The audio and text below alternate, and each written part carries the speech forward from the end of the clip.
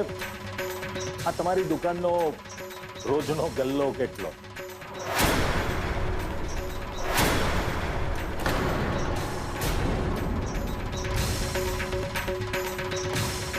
બોલો બોલો, કેટલો? 1000, 2000?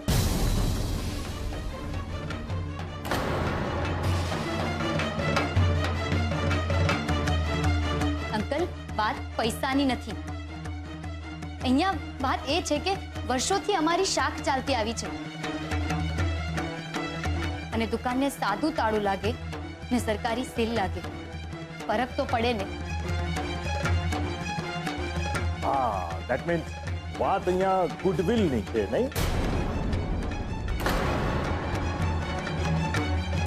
ઠીક છે, બોલો બોલો, તમારી કિંમત કેટલી?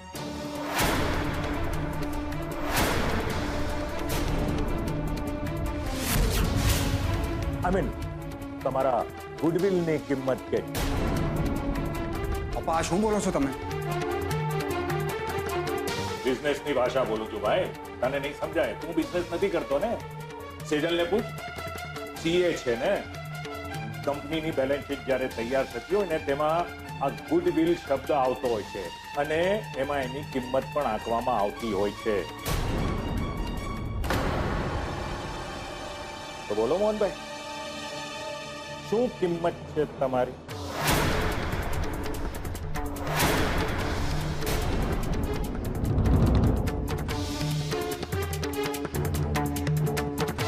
સુખભાઈ,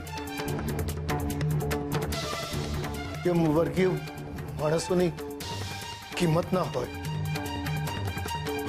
આબરૂ હોય. નખ શીખ મધ્યમ વર્ગીય માણસ જેવી વાત કરી તમે, મોહનભાઈ. મુશ્કેલીના જ્વાળામુખી પર બેઠા છો, પણ ચિંતા કોની? પોતાની નહીં. હા, તમારી આબરૂ નામનો આઈસ્ક્રીમ પીતળવો નથી.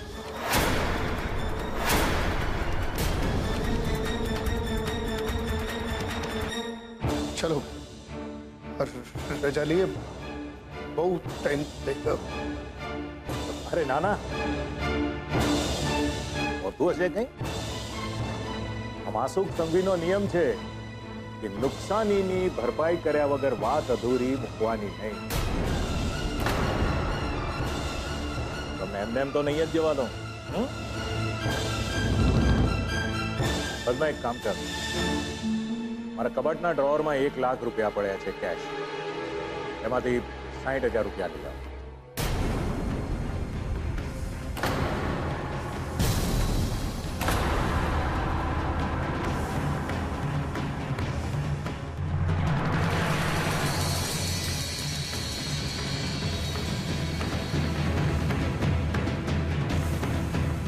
પદ્મા,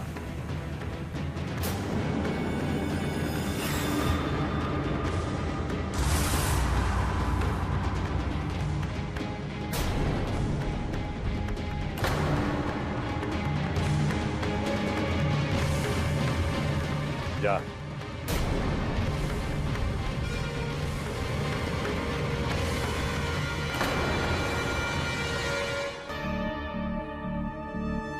હા તો કિંજલ બેટા, હવે આપણે હિસાબ માંડીએ. જો બેટા, મને નથી લાગતું કે બીજા 4 દિવસ સુધી તમારી દુકાન પાછી ખુલે.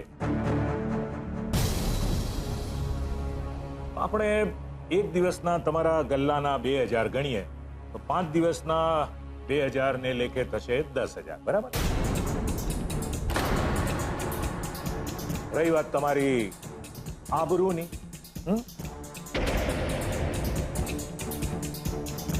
તમારી આબરૂની કિંમત આપણી ઓળખાણ થઈ ને એ પહેલા હું 5,000ની આંકું છું. હવે તો આપણી ઓળખાણ થઈ ગઈ છે, આપણો સંબંધ બંધાયો છે, એટલે આબરૂની કિંમત પણ ડબલ થઈ ને.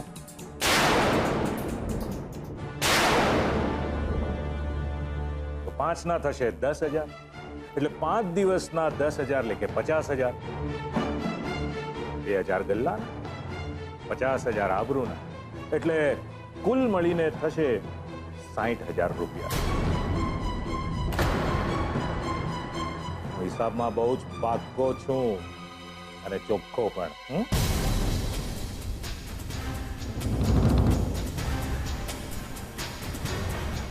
પદ્મા, કેટલી વાર?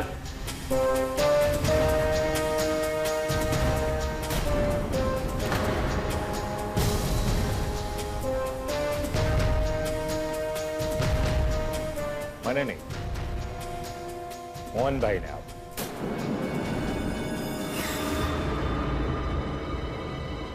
એમની આબરૂની કિંમત.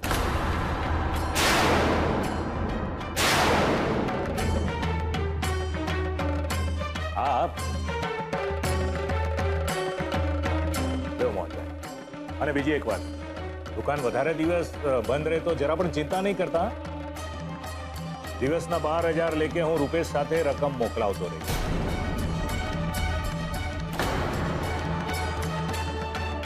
મારા માટે બહુ મોટી વાત નથી. મારે તો શું છે કે કાન ખજૂરાનો એક પગ તૂટ્યો તો કોઈ ફરક નથી પડવાનો.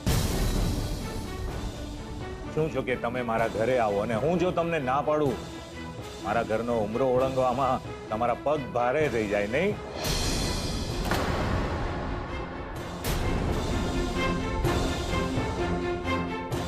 નહીં બેટા, ગેરસમજણ નહીં કરતી એટલે તમને કદાચ અહીંયા આવતા સંકોચ થાય નહીં, એમ કહું.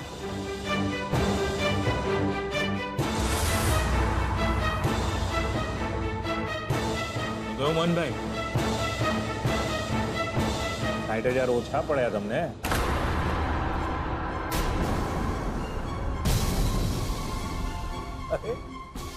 કિંજલ, મોહનભાઈ મારી સામે આમ કેમ જુએ છે?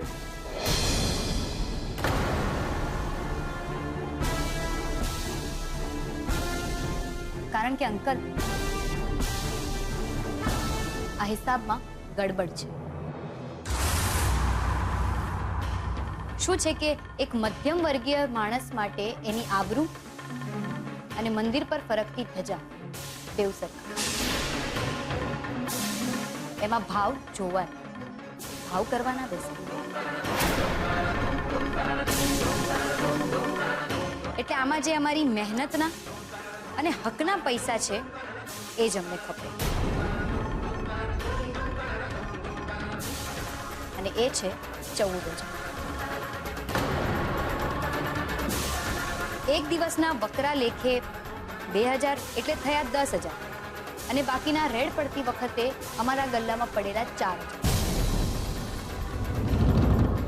બસ બાકીના 46,000 તમને પાછા.